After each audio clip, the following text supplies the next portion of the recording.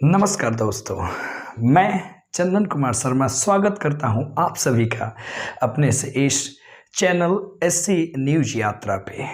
प्यारे दर्शकों, आज अपनी ये यात्रा बहुत ही खुशनुमा और बहुत ही शानदार होने वाली है, क्योंकि आज हम एक ऐसे शख्सियत की बात करने वाले हैं जिसने अपने जीवन में कुछ ऐसे बदलाव लाए जिसके कारण उसने सबको अचंभा कर दिया। जी हाँ दोस्तों, तो आज हम बात करने वाले हैं भारत और पाकिस्तान एशिया कप 2022 के सर्वश्रेष्ठ प्रदर्शन करने वाले एक ऐसे खिलाड़ी की जिसने जो है ना अपनी जिंदगी में इतने उतार चढ़ाव देखे और जिसके पास ऐसे उसने बदलाव किए कि रच दिया उसने इतिहास और बन गया इस इतिहास का सबसे बड़ा हिस्सा।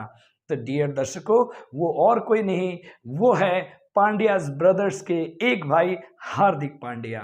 तो आज अपने इस वीडियो में हम लोग बात करेंगे आखिर 2021 के बाद स्ट्रेचर पर लेट करके बाहर रिटायर्ड हर्ट होने वाले इस शानदार नायाब हीरे ने कैसे की वापसी, कैसे किया कमबैक, कैसे पलट दी बाजी और कैसे दिया अपने आलोचकों को जवाब। तो ये संघर्ष की कहानी, ये जुनून की कहानी, ये सर्वत्र न्यौछावर करने की कहानी की आज हम लोग चर्चा करने वाले हैं। हार्दिक पांड्या जो गुजरात के सूरत के एक छोटे से स्थान पे जन्मे, एक ऐसा हीरा था जिसको शायद खुद नहीं पता था कि भविष्य में जाकर के भारत के क्रिकेट टीम में उसकी जो है ना वो एक हिस्सेदारी होगा। और जैसे जैसे उसने अपने खेल में बदलाव लाया तो वो लड़का जो मैगी बॉय के नाम से प्रचलित था, आगे चल कर के अपने उसने टीम इंडिया में जगह बनाई। फिर होता है उसकी डेब्यू और अपने डेब्यू मैच में ही उसने शानदार प्रदर्शन करके सबको चौंका दिया। फिर वो आगे बढ़ता है और समय आता है सन 2019 का, जब बैक यानी कि पीठ की इंजरी से वो ग्रसित था। वो बार बार संघर्ष कर रहा था, फिर भी उससे रन्स नहीं बन रहे थे।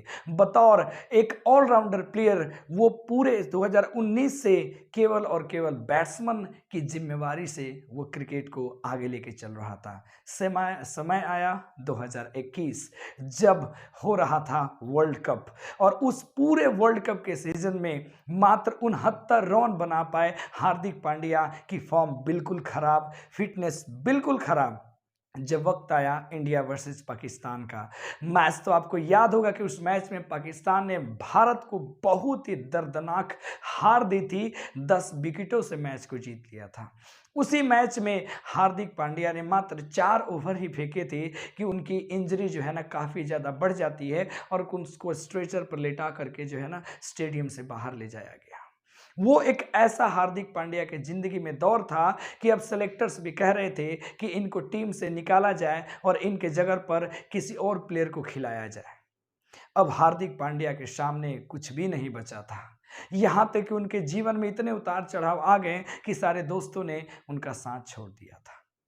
हार्दिक पांड्या एक पत्र लिखते हैं सौरभ गांगुली जी को, और उसमें लिखते हैं कि दादा, मैं कुछ दिन के लिए छुट्टी लेना चाहता हूँ, क्योंकि मैं अपनी इंजरी से परेशान हूँ और मैं जब भी हारता हूँ या फिर मेरे वजह से टीम इंडिया हारती है तो मैं उस दर्द को बर्दाश्त नहीं कर पाता हूँ। और यह कहकर वो चले जाते हैं एक ऐसे जगह पे, जानते हैं कहाँ, जहाँ से उन्होंने अपने बचपन के दिनों में क्रिकेट सीखा था। बिल्कुल हाँ, गुजरात के बड़ोदरा में।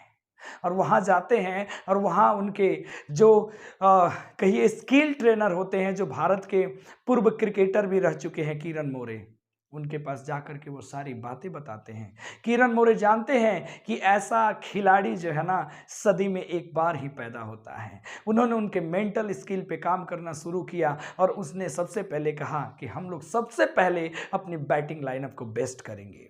तो उन्होंने हार्दिक पांड्या के स्किल पे काम करना शुरू कर दिया और उन्होंने फिजिकल कोच, जो टीम इंडिया के सबसे बेहतरीन फिजिकल कोच हैं, बिल्कुल हाँ, सोहम देसाई, उनको उन्होंने हायर किया। और एक तरफ सोहम देसाई हार्दिक पांड्या के फिजिकल स्ट्रेंथ पे काम कर रहे थे, तो दूसरी तरफ किरण मोरे साहब उसकी स्किल और उनके मेंटल हेल्थ पे काम कर रहे थे।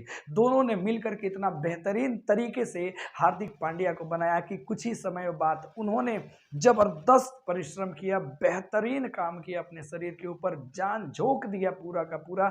उन्हें जवाब देना था अपने आलोचकों को, उन्हें जवाब देना था समस्त दुनिया को, जिसने कभी उनके घड़ी को लेकर के आलोचना में घिरे रहे तो कभी अपनी पत्नी को लेकर के आलोचना में घिरे रहे, समस्त दुनिया को जवाब देना था। दिल में जोश जुनून चल रहा था। तो प्यारे दर्शकों, वहां से कहानी आगे बढ़ती है और वो धीरे धीरे धीरे धीरे धीरे धीरे फिट होने लगते हैं। और एकाएक याद होगा आपको पिछले साल कि इसी आईपीएल में उनकी वापसी होती है। गुजरात टाइटंस एक नई टीम बनी और उसके बतौर कैप्टन उसको चुने गए। सब जगह ट्विटर पे बिल्कुल हर जगह उनका क्रिटिसाइज होने लगा कि ये प्लेयर अब क्या खेलेगा।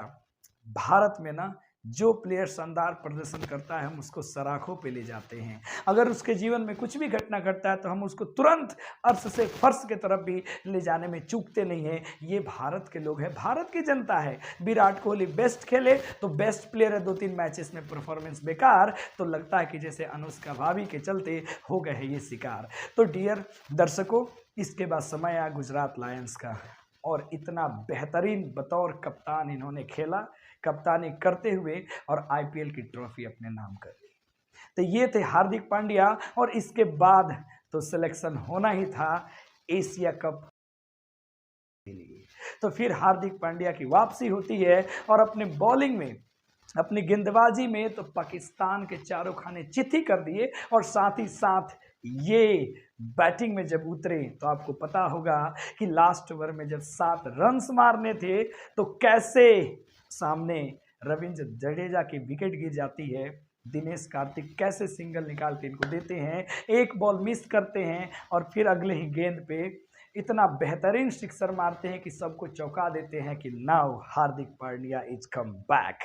वहीं हार्दिक पांड्या जो पहले कभी ऑलराउंडर हुआ करता था, आज उसी रूप में है, दुगुने जोश के साथ, दुगुने जुनून के साथ, दिल में आग लिए हुए। अब एक ही लक्ष्य है, भारत को फिर से वर्ल्ड कप जिताना। तो डियर दर्शकों, ये थी हार्दिक पांड्या के वापसी की कहानी। और इनके जीवन में जो 2 व्यक्तियों का आपने नाम सुना, सोहम देसाई और किरण मोरे, ऐसे होते हैं लोग जो जानते हैं कि एक हीरे की कीमत क्या होती है।